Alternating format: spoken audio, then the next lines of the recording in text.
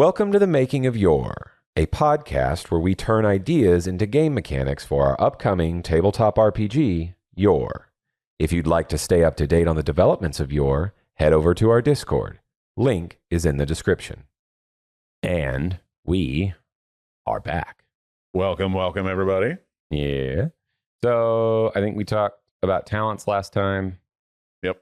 Probably need to talk more about talents. Yeah, we've got some that we have named but don't have fleshed out. Yeah. We had Iron Will, which I don't even know. I mean, it's probably a survivability type talent. Yeah, it's definitely not exactly the same as from Rock. No, definitely not taken from Deep Rock. And then we have Craft Bomb, which I don't know if that's going to end up being a talent now that I think about it. Yeah, it may just be under the same thing as like how stems are made. Yeah, I think it needs to just be within the crafting system. Because, yeah, if there's multiple ways, or if we already have a logical way to achieve something with skills, Yeah. then I don't really feel like we should give some guaranteed way that you can select. You know, we can maybe do a like specialization of certain types of things in archetypes. Yeah. And when at tier 2, when we mess with that, and we might find, but I don't think just a talent section should allow you to expand into a into a specialization that you're not already spec'd for. Yeah. Agreed. Certainly not things that are covered by skill checks specifically. Yeah, it's if we've already got the system there's no sense in like gatekeeping that behind defeat. Yeah. Yeah. Using talents to expand into what might exist in another class. Yeah. That's probably fine, but definitely not getting into the like what skill checks do. Yeah. Maybe like a feat that makes it, you know, like elves have that like double resources gathered whenever you're gathering in a forest or whatever. Mm-hmm. Like maybe like you get twice as many explosives when you craft them, something like that. Oh, yeah, something like... I don't dislike that either, but that could... I feel like that should be a boon. Think so? I think. Because like a minor boon that would be associated with a given subclass. Or it should be an option. Maybe like in the choice section I'm thinking of a more subclass. like, you know, the artificer, alchemist variant or whatever, like makes an explosive. He gets a better explosive, but the talent is more like you're good at like being economic with your materials. So you get one extra whenever you craft an item. So, okay. And that's the difference is should the talent cover something very specific or should it be a general thing that says you get one more whenever you craft? You get one more of the thing. Yeah, I think that's probably whenever you make a mundane craftable item, like a healing potion or a stem or a bomb or whatever, you get one more for that downtime. I think that makes more sense. And I'm cool with that. Cool. The other side of being really ultra specialized feels like it should be an archetype thing more than but yeah, I agree. If it's generalized, then I think that fits. Cool. So efficient crafter. Yeah. And we'll have it apply, I think, to just consumables. Yeah. The quasi-magical things we came up with. I don't know if we talked about those or if we came up with those after we got done recording. I think we recorded it. Okay. I believe we did. We probably talked more about it after, but...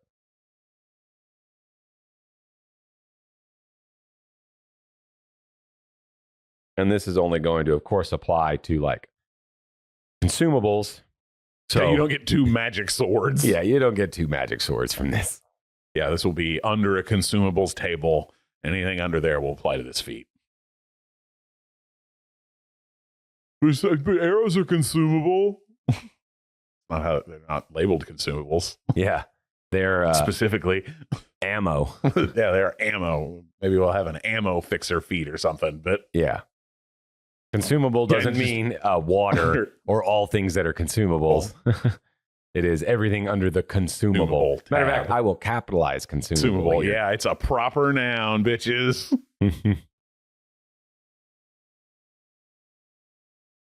That's my secret, Cap. They're all proper nouns.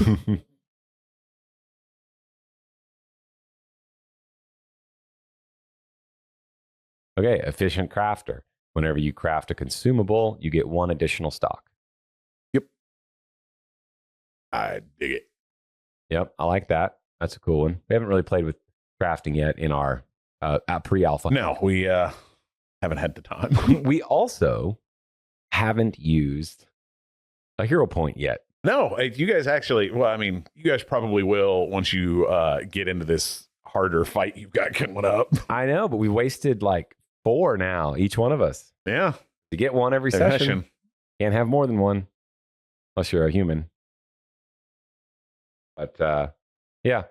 So I think that's what I want to make sure that I do on our next session is use a hero point at some point. Yeah. Goals for tomorrow. Yeah, just make sure I use it. Okay, so we got that. What about Iron Will? Is there something there to make, or should we just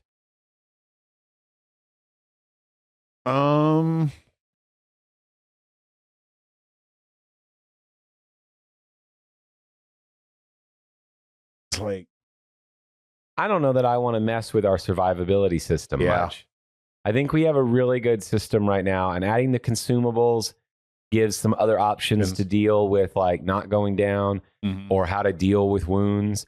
And I don't want to make too many options that allows you to completely avoid the wound system. Yeah. I like the idea of people having a wound and having to like deal with that. I think that's since you're not at risk of, unless the DM wants to kill your character, you're not at risk of dying randomly in our game. So I think that, you should kind of expect to deal with wounds. I don't want to make anything that interacts with body mind because that is tentative. Yeah. So I'm just going to remove it for now. All right. Yeah. And we might. It goes the way of telepathy. Yeah. How about we look at our old list of feats? All right. Yeah. See if there's anything in there. Yeah. Okay. So we had, I know a guy in any tier 2 settlement or higher, someone. So kind of like a narrative feat. Yeah. We had discussed this, and we have it right now written as requires expert. Yeah. Maybe this is something that should either be a boon or should just be somewhere in like the sneak thief or something tree. What if it's like you add 1 to your social table? Like your success with disadvantage thing. Oh, so like, so you start at 1 tier higher. Yeah. Okay. Yeah, I like that. So, I mean, I don't want to call the talent just charismatic, but it needs to be something similar to that.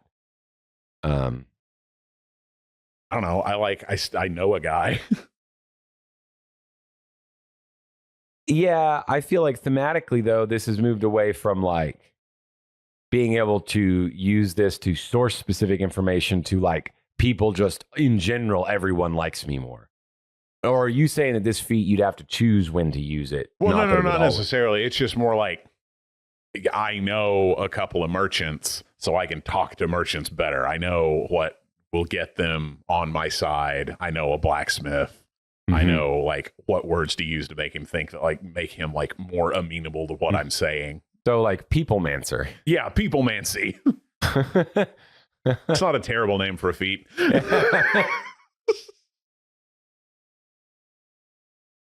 I'm putting down peoplemancy until we think of something better. Yeah, that's.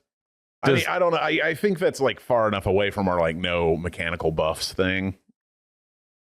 Yeah, I think it's well, and I mean we ended up doing mechanical buffs already because of extra attack. Yeah. But it's not like, +1 to attack and damage or whatever. It's situational. Yeah. And it does play into role-playing stuff. Yeah, it's not a +1 to your character sheet, it's a +1 to the result. Yeah, and what you're doing is it it is interactable. Yeah, it's basically giving you an extra success on your social interaction roll. Yeah, which in theory, we had discussed it not being any statistical advantages. And while I think that was true, I think actually what we're after is all of the talents should be interactable and something that defines your character. Not because if you have that, buff. You're the guy who has to talk to everyone. Yeah. You are the face. Yeah, you at the end of the day, you're the person who is finishing, is like you're the closer of a conversation. Yeah.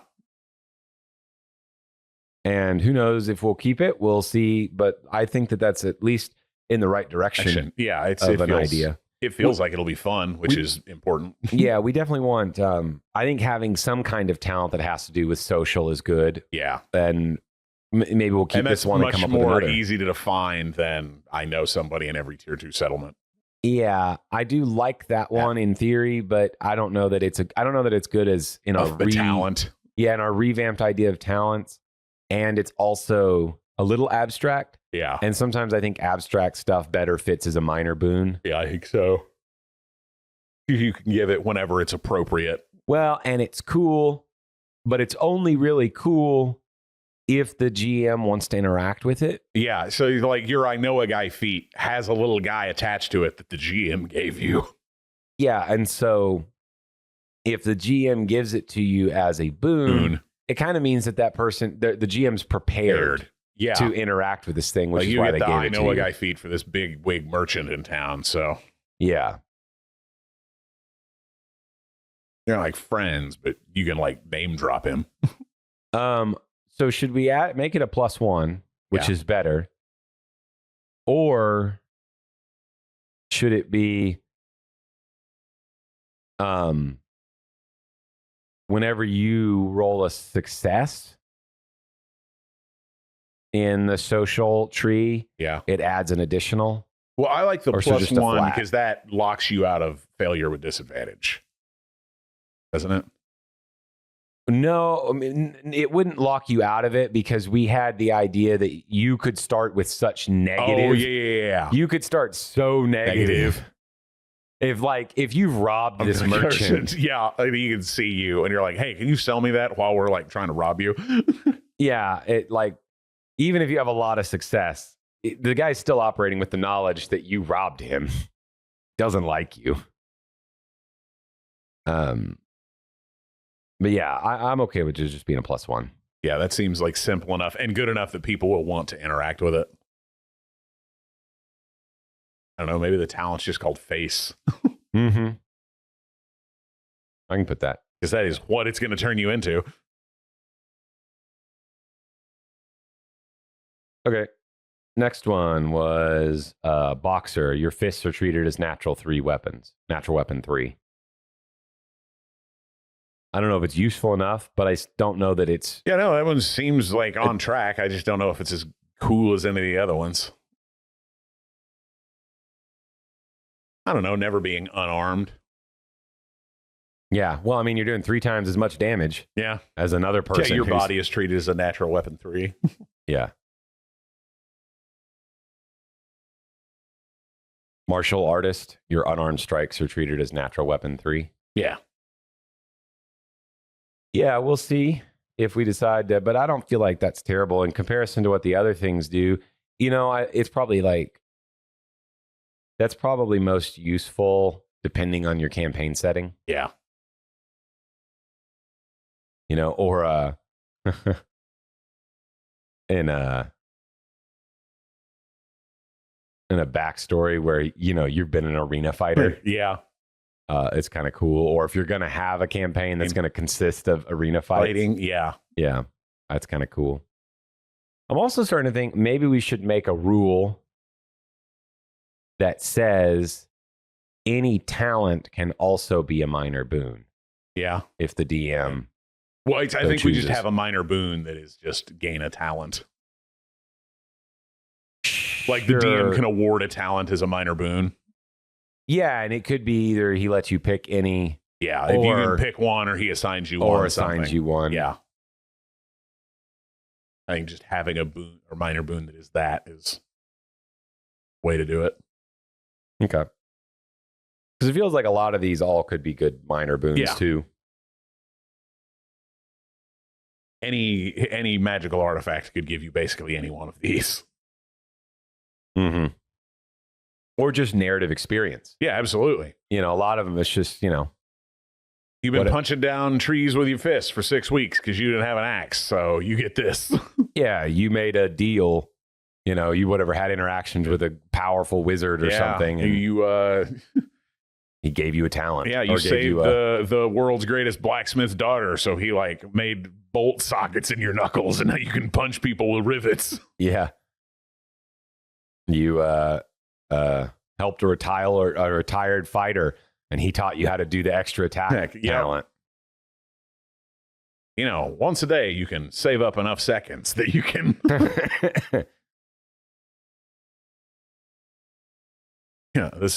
I'm going to teach you about something called the flow state. 6 seconds at a time, it works every time. Yep. Next one was, I think we should probably get rid of this one. Improvised mastery. You add 1 damage to all improvised weapon rolls. Yeah. I feel like if you forced your characters into a scenario where they're using improvised weapons, it's probably narrative anyway. Right. Or should be. Yeah. I watched stuff. Assign the improvised weapon. I watch stuff online enough, or little bits of some actual plays, and you get scenarios where players get forced into a certain set of circumstances, and I don't know how it always plays out, but sometimes it seems like maybe DMs punish groups of players that they've put the players in this circumstance. Yeah, and it feels like it should have been more narrative. And you made it more mechanically consequential than it should have been. Yeah. All right. We wrote gambler down. We never gave it mechanics. Okay.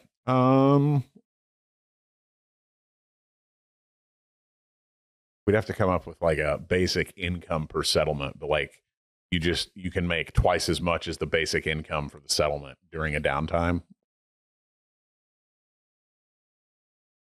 A tier 1 settlement's going to be 1 copper piece a day, and a tier 2 settlement's going to be a silver piece a day, and a tier 3 is going to be a gold piece a day, and a tier 4. Do we want it to be that, what do you call it, background simulation, or do we want it to have more like interaction?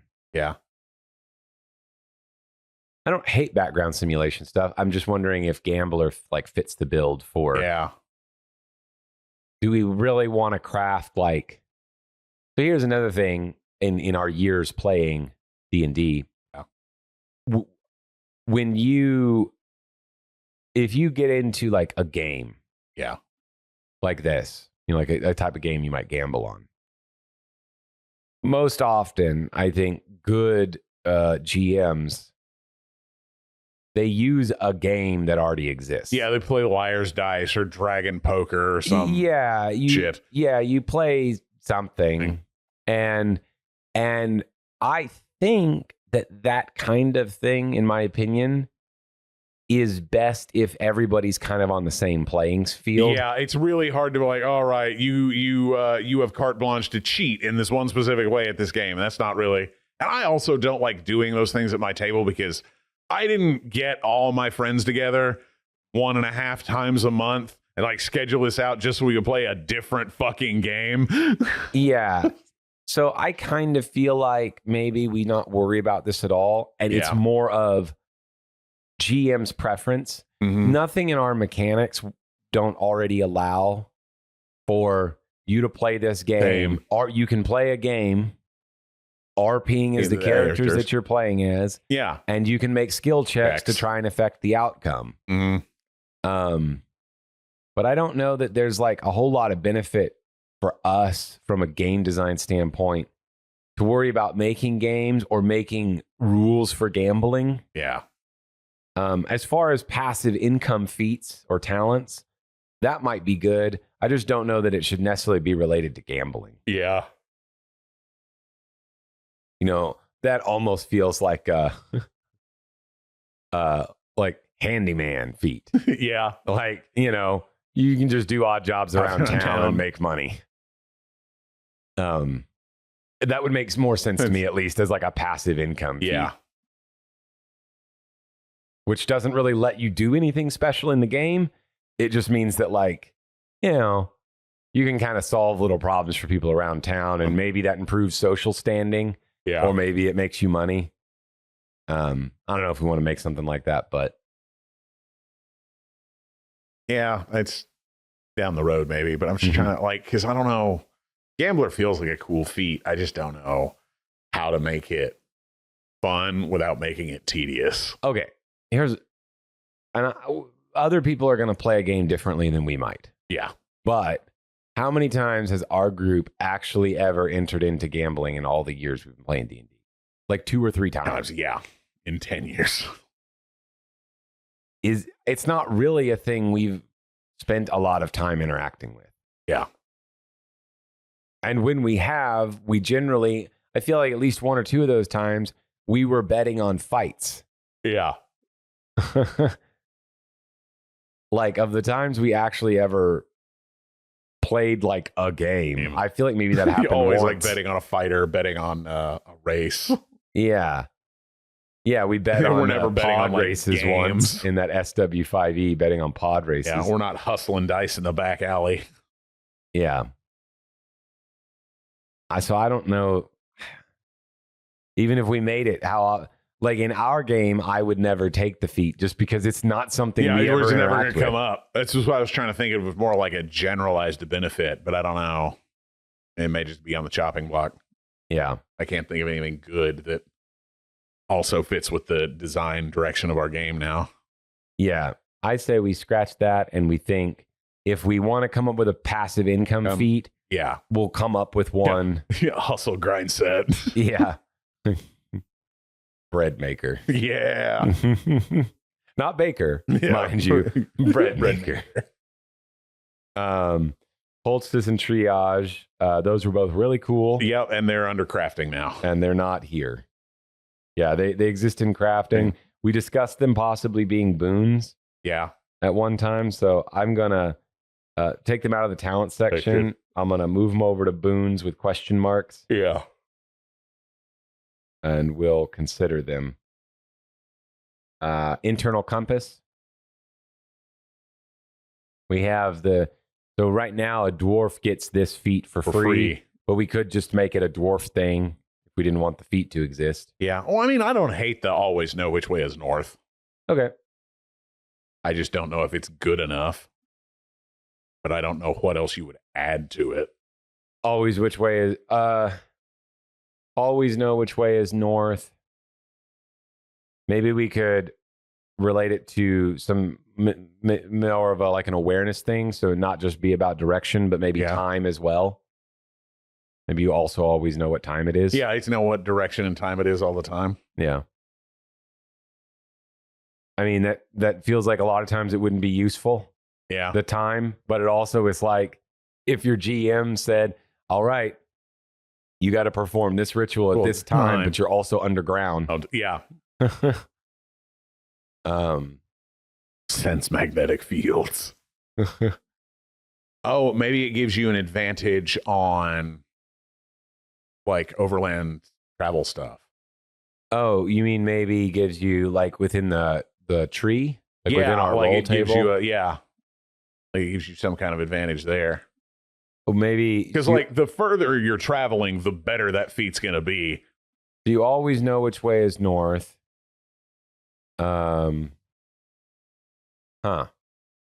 Well, let me go look at the overland or the traveling table. Yeah. Maybe it could be, I don't know if this is a good thing though, but like if you're in a civilized, either civilized or civilized and governed, you could like avoid encounters. Well, I was thinking more like, you know how you get lost and your journey takes longer? Yeah, do we have a mechanic? We don't have any mechanic for getting lost though. Yeah, well, we have a bushcraft failure adds a day to travel up to a maximum half of the normal amount of days rounded down. Oh, yeah, that's true. Where's that? It's right under travel exploration encounters. Yeah. If it's an unknown path. Yeah. Maybe it's you get advantage on bushcraft rolls related to travel and exploration. Yeah. Or you get a +2 or a... Yeah. Because I don't know, do we want to make it auto success on those rolls for them? I know you would still get lost if you have a compass.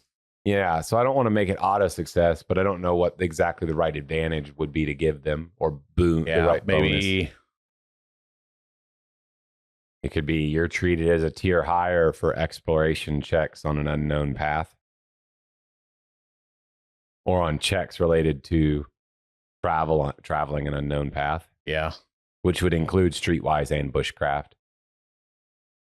Yeah, maybe it's just as simple as like if you get lost, reduce the amount of time you are lost for by a day.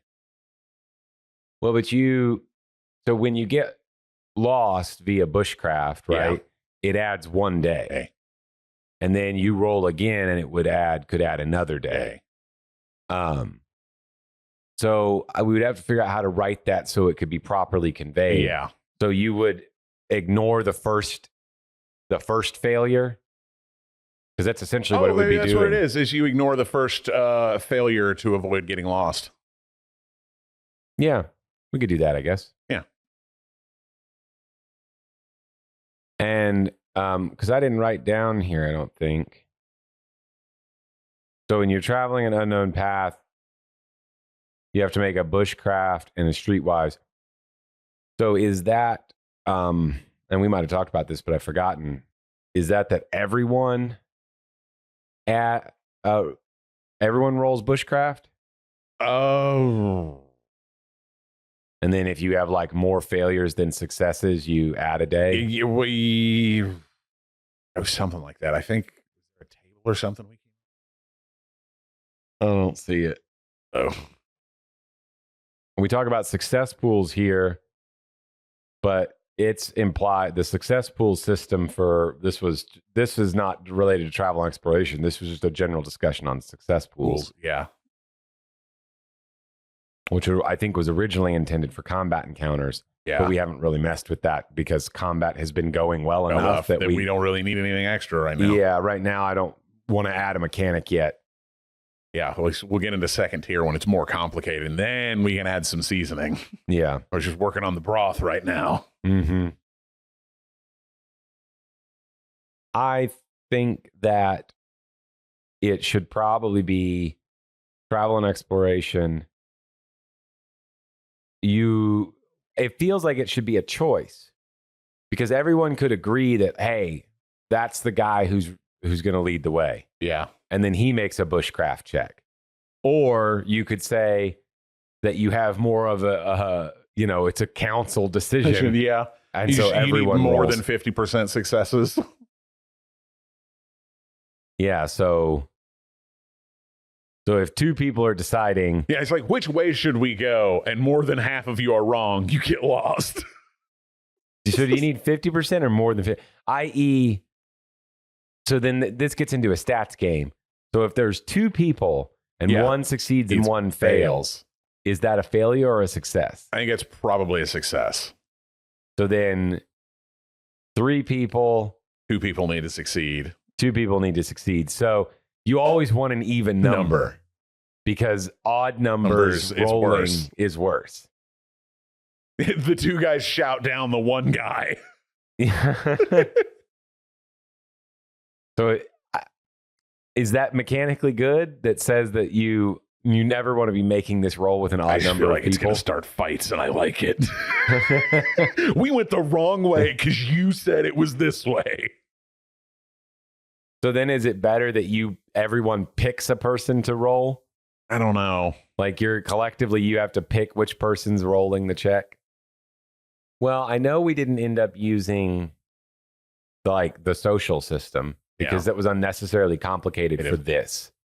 Like, it's good but it's for what it does. But it's only for, talking to people. Yeah, it needs the complexity for a social dynamic. But here, we have the table, and so this is more of just how it's a real quick way to determine how many times should you roll on that table. Mm-hmm. And I feel like you're going to get the same thing if you say you guys have to pick one person in your group to roll this roll. You're also going to have fights. Yeah. because one dude's going to be like, I should be the one rolling, and the other person's going to be like a it should be me. Pathfinder roll. Yeah, and then you're picking. Yep. And then if you get lost, it's his fault. Yeah, it's his fault. I mean, that's how road trips work. One guy's in charge of directions. Yeah. If he fucks it up, they drive you to fucking Oklahoma City.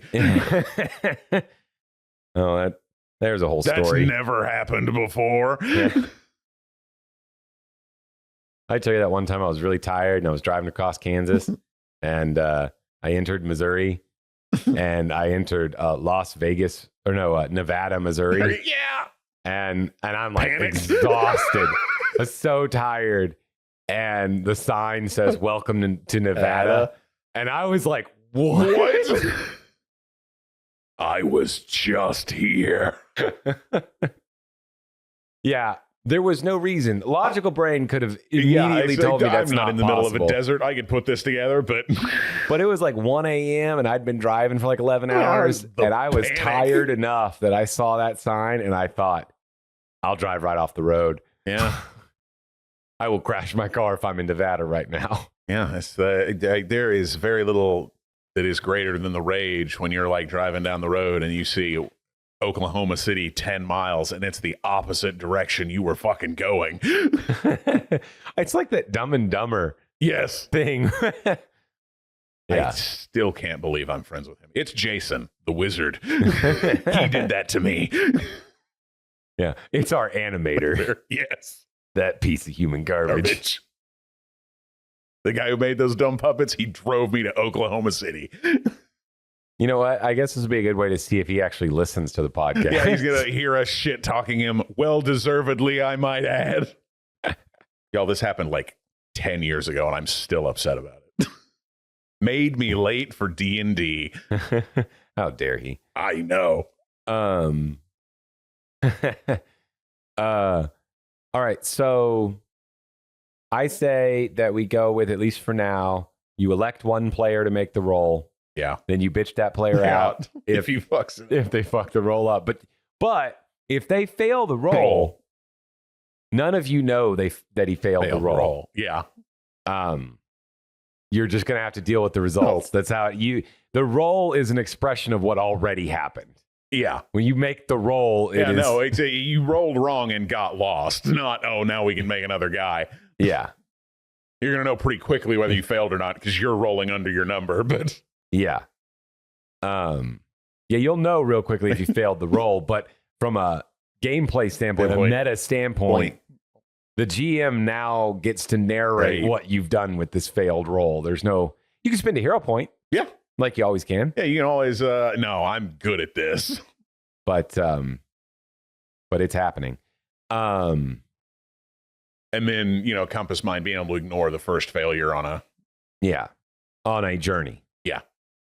So you can't ignore every failure each roll of the journey. No, you can, the first failure per journey you can ignore. Yeah. And that would apply to both Bushcraft and Streetwise. Yeah, I think so. Because they are both possible roles depending on the circumstance. Whether you're outside or urban. Yeah. If you're in a big enough city, you can get lost. Yeah, them old planar metropolises be easy to get lost in. Yeah. Because polis is Greek, so it's not metropoli. That's a Latinate pluralization. I know you pluralize octopuses as octopodes if you want to keep it Greek. But I don't know enough ancient Greek to say. This has been fun facts. For the record, we get a lot of those when we hang out. Yes. If you hang out with Clayton, you're going to hear a lot of that. Yeah, I am quite literally full of it. Day before the podcast, He handed me a book that's about how to rebuild civilization. I was so excited that I knew how to make an air conditioner from watermelon seeds and copper piping. It's the ammonia. That's the hard part to get. Okay, so that takes care of internal compass, makes it a little better. And it's For like, the talents. thematic with what it's for. Yeah. Like if you're lost in a dungeon, you can kind of navigate around. Or if you're like going overland and you're not asking like, where am I in this 5-foot square? Where am I pointed? yeah. It's still useful. Yeah. Yeah, no, it can be very useful. And it is also all dependent on like how much the GM cares about certain things, which, in my opinion, we will build a little bit into the game. Yeah. When we get into ritual spells. Absolutely. Because I think that it makes good sense that ritual spells will sometimes have like orientation rules, like X, Y, and Z has to be. This needs to be on the north side. This needs to be on the south side. Yeah, this has to be in the path of the sun. I wouldn't even be surprised if internal compass ends up being kind of like a go-to feat for ritual casters. Yeah. If you're trying to like set up a ritual across a whole city, being able to orient yourself is real important. Yeah. We've all seen Full Metal Alchemist Brotherhood. We know how important standing 6 feet one side of the other is.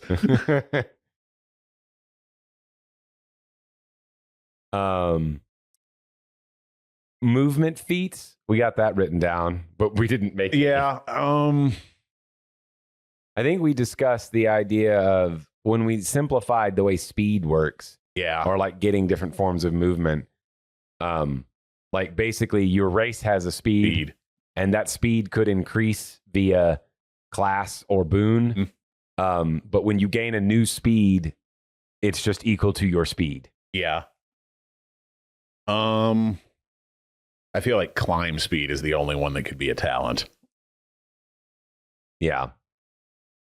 Because it's about the only, I mean, you can't learn how to fly. No. Just flap your arms real hard. I believe in your athletic score. Yeah. You can't learn how to burrow speed. You can dig, but it's not a burrow speed. You're not a gnome. Well, I mean, in theory, swim would also be on that. Oh, yeah. Same. If you could climb or swim speed. I don't know. Is there anything else that could be learned other than, because you have what? You have fly, burrow, climb, swim. Crawl? That's just like, creepy. Yeah, it's the prone shimmy. That's for a horror game. I can crawl on all fours at 30 feet. Well, basically, that's the beast from Glass. Yeah, at that instinct exactly when he's running on all fours. Yeah, it's just. I was more thinking like prone movement, but yeah. The on-land doggy paddle. You're gonna prone. You're gonna belly crawl at 30 feet around. Yeah. I don't think so. Boosters I would like in Helldivers too. Do we want those? I guess those aren't terrible. They're a good utility, climb or swim, and you might want them, but they're also not quite as influential. Yeah. Or like thematic. I know we have like one really simple one, like learn a cantrip. Yeah. Or the face one we made is really simple and doesn't have, but they interact with a much broader system. Yeah. It's like learn a cantrip. We have like a half dozen cantrips right now, and we're going to have more. Yeah. So you're actually picking, and it does become quite thematic because you could be picking a cantrip that's very specific to, like if you're playing Sneak Thief, being able to pick a cantrip and get prestidigitation is like really cool. It's giving you. Is this your card? Yeah. It's giving you that Arcane Trickster vibe, but really an Arcane Trickster. Yeah, as a concept, you're accomplishing most of it in theme just by getting this cantrip. Yeah, that's what I do. Yeah, because most of the magic they did is just worse than a different option. You should pick some other rogue, as in D&D. Like Arcane Trickster is more themed than it is like really truly useful compared to being one of the other more effective, specialized things. If you really want to be an arcane trickster, be the scholar. Yeah. Old Indiana Jones from Magic University. Mm-hmm. I'll put question marks on. We wouldn't have a talent that lets you get both in one. No. So It'd be one or the other. I'm just going to put question marks with climb speed, swim speed, and we'll give a little more thought to whether or not those are good enough. Yeah. Or it's not that they're not good, but whether or not they fit the theme of what a talent should be. Yeah. Rune hacker, I think that should go from here. Yeah, well, we just haven't done any rune stuff, so we gotta like hold. It's definitely gonna be like a higher tier feat. Yeah, I think maybe it'll be talent. Yeah, well, I want it to be like a talent because I had so much fun in that Star Wars game we played, like interacting with doors and stuff. Mm-hmm. Like being able to like because in a magical world, magic's gonna be broad enough that it should work sort of like technology. Well, how we have it right now is rune hacker break arcane locks, but it requires rune lore 10. Yeah, so we could possibly raise it. Yeah, like maybe it's like disrupt ritual spells or something. Yeah, maybe it's something else, but maybe we end up even raising the rune lore requirement. Yeah, to a higher than 10. Maybe make it like 12 or something. Yeah, something like that. I'm gonna put 12 down for now. Cool. That inherently either makes it to where you have to be greater specialized or a higher level so that you have increased your rune lore score. Yeah. But I think we should make whatever rune hacker is, I think we should make it a little broader in what it accomplishes. Yeah, because I want it to be like Clayton's monkey character where he can just like interact with doors or systems or whatever. Yeah. Magical security. Yeah. I don't know exactly what that looks like. And I'm not like, I wonder if that may be more like a high magic feat or a feat from a high magic campaign setting we put out. Yeah. And I wonder if it should exist here or if it should be a type of ritual spell type of thing. Well, I want anybody to be able to do it, not just because if you know the rune language, you can like interfere with it. You can't like cast spells, but you could. That's true. Because this is more, as long as we can't make it too broad. Right. We have to make it to where it is more about, but here's the thing. I mean, at that point, is it really that you need a talent for that, or should it just exist as something you can do with rune lore? Yeah, maybe. It may go into the crafting. Like that it just exists as a thing that you use rune lore for. Yeah, that's probably what we need to do is just make a crafting section for runes. Yeah, I think let's just put it in rune lore. So anyone... Because if we made like that kind of thing, like a rune lore check, like you craft like low tier magic stuff just by like scribing runes and stuff. Yeah, I like not requiring it behind a talent. It's just something that you can use skills for. Yeah. And, we can create a table for how that works. And so we could create a table for the crafting side, and we could also create something for the interaction side. Yeah. That's different. Like you're talking about disruption and hacking type thing. And we can create a consequence table. Yeah. Kind of like we did with social. That is, so if you're going to interact with a rune thing that's completed, like a rune track. Yeah. Then there are like failure. If you go up to make these checks, it's like trying to defuse a bomb. If you do it wrong, there's consequences. Okay. Yeah. I say we not have a rune hacker feat. Yep. We just build out a crafting interaction section. Yeah, next to the healing potions, and stims, and bombs. Yeah, rune rules. Yep. Rune rules. Rune rules. Learn a language. We're keeping that. Yep. The way it is. Learning a language is always good. Mm-hmm. Language savant. We decided to get rid of that. Yeah. Mages don't walk. That's getting cut. Yep, that's got to go away on the chopping block. Nobody likes that feat. We've been trying to get people to take it. Nobody's interested. Yep. Worst feat. We're sorry about that one, guys. Yeah, it's a real bummer. Now, obviously, that's being kept. We're being glared at by our podcast studio host. Who has that talent. Fling Ally. I think we're keeping that, right? Yeah. We liked it. Requires athletics 10. Yeah. Is 10 still good, or do we want to make it 10 higher? feels fine. Yep. That feels like the break point between weenie wizard and guy who can throw people. Yeah.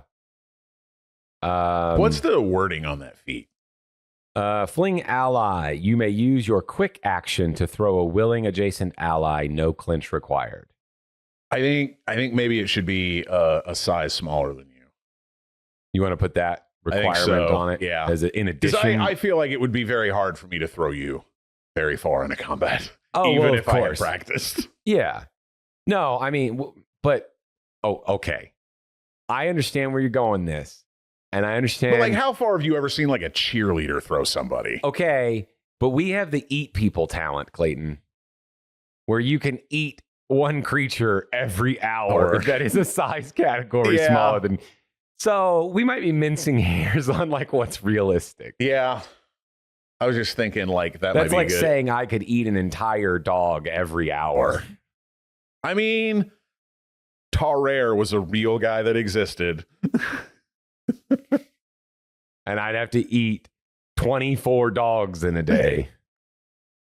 24 like 80-pound dogs a day. Yeah, I mean, like, That's still me eating like 160 pounds of food in a day. I mean, don't get me wrong. That's like a lot of people.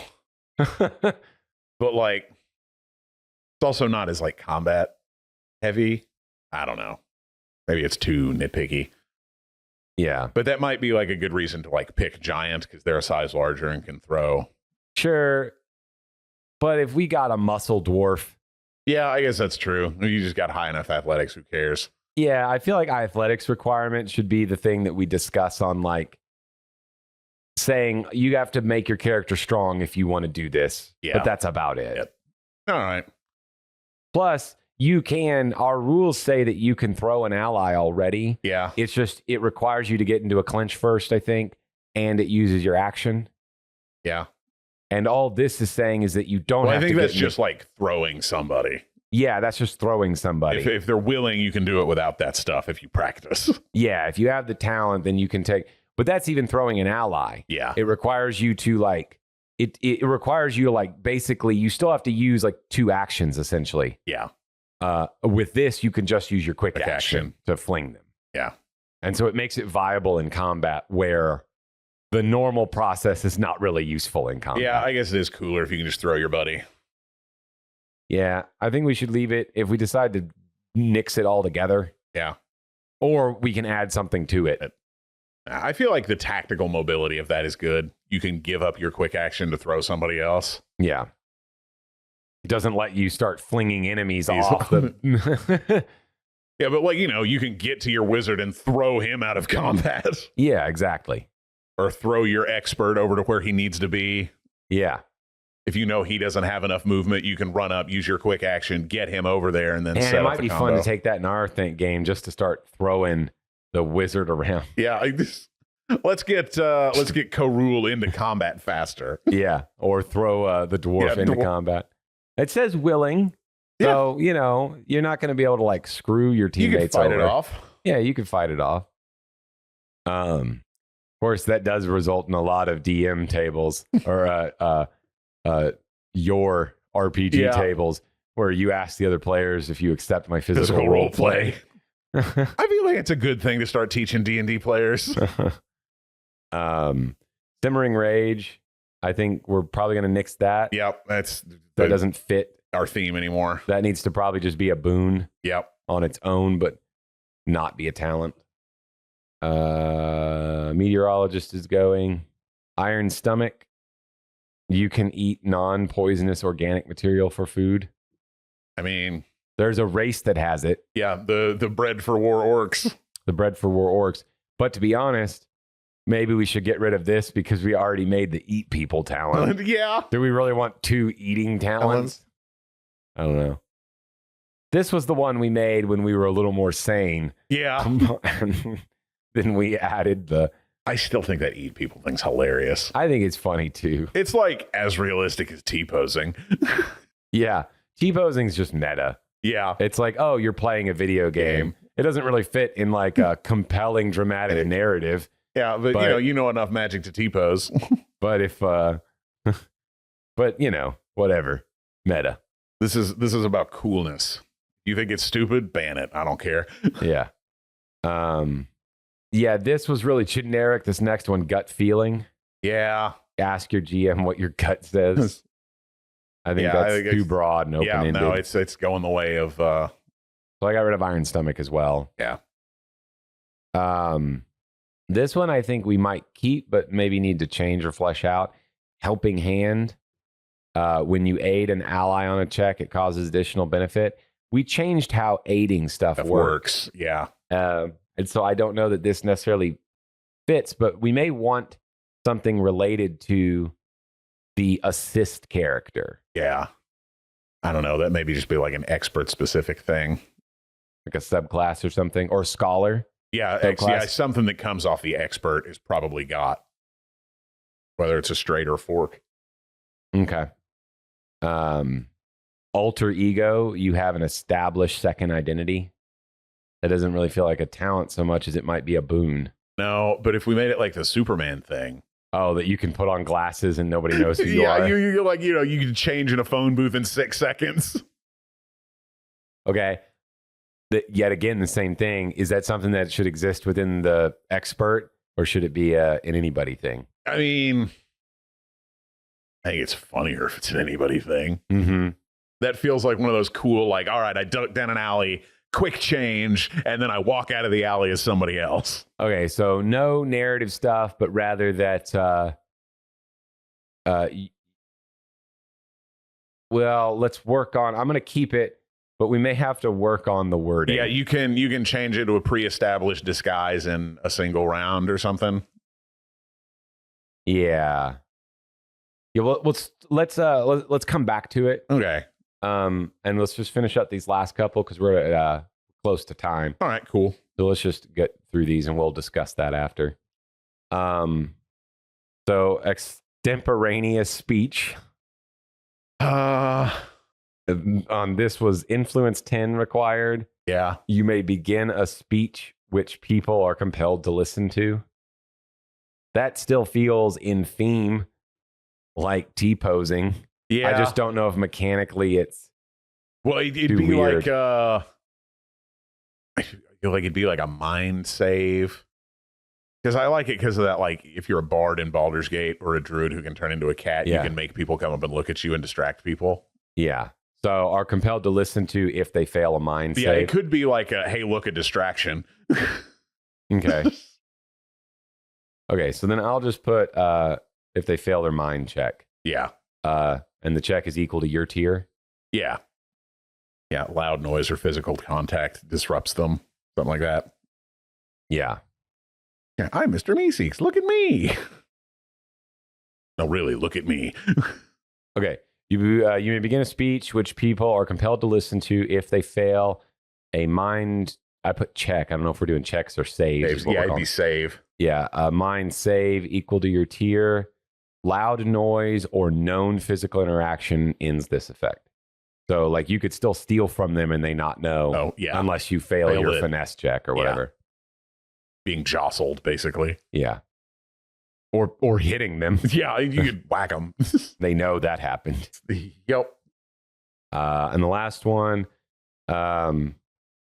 was you always succeed on awareness checks to avoid being surprised in a city. Oh, yeah. I don't like that. I don't Agreed. like always succeed. Well, because that was when awareness was a skill, not a stat. Yeah, well, it was back when we had abilities. Yeah. Instead of everything condensed into one.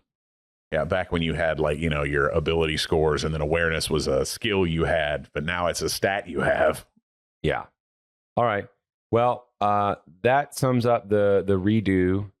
We didn't really add many new ones, but we, refined some old ones into something that's good now. Yeah, and so, we've now expanded out to, it looks like, I don't know, probably 12 or 15 talents to pick from. That ungrateful T-poser, I'd have something to pick from now. Yeah. That'll give us a starting point. And so I think it means next time we can work on tier 2, and then something like this will be expanded at some point in tier 2. Yeah. These are most of the tier 1 feats. We'll probably come up with a few more after this, but these will probably be the core. Yeah. And I don't know if talents, we'll have talents that will say, like, a talent like any of these you could take at any point. Yeah. We'll have some talents that say must be tier 2 or must be tier 3 to take. Yeah, things that interact with a class that's tier 2 or... Yeah, talents that would, maybe some ritual spell specific talents, but nobody has ritual spells until tier 3. So who cares? Yep. All right.